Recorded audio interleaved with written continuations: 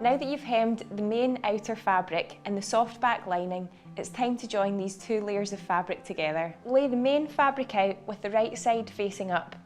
You'll then put the soft back lining on top with the fluffy side facing up, so that the soft side touches the right side of the fabric. You're going to pin the side edges together, but you need to measure 3 centimetres down from the top edge of the fabric before you start pinning it in place. This is to allow for a seam allowance at the top. Continue pinning along both sides of each curtain before you sew it with the sewing machine. Sew the side edges of the curtain with a 1.5 centimetre seam allowance. Once you've sewn both sides of the curtain, you'll have effectively created a big tube of fabric, so you'll have to turn that inside out. This will hide all of the raw edges along the side of your curtain. You'll now have to press this in place using an iron and an ironing board. We now have to press this border in place on the back of the curtain, and it should measure 3.5 centimetres. Before you attach the heading tape to the top of the curtain, you'll have to hand tack this lining in place so it's not visible once you hang the curtains up. You'll have to make sure that the top edge of the soft back lining sits where the crease is on the main fabric. At the corner, fold the fabric over so that it hides the raw edges.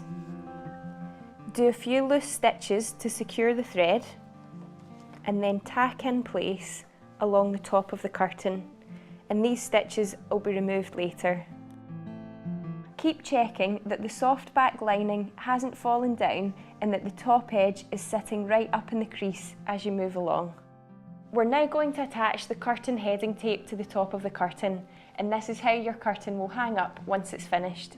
It's got a series of strings, and that's what will gather the curtain up to give it those lovely folds, and it's also got sets of loops. It's really important that when you fold the edge of the curtain tape over, you've got a line of loops at the edge of your curtain.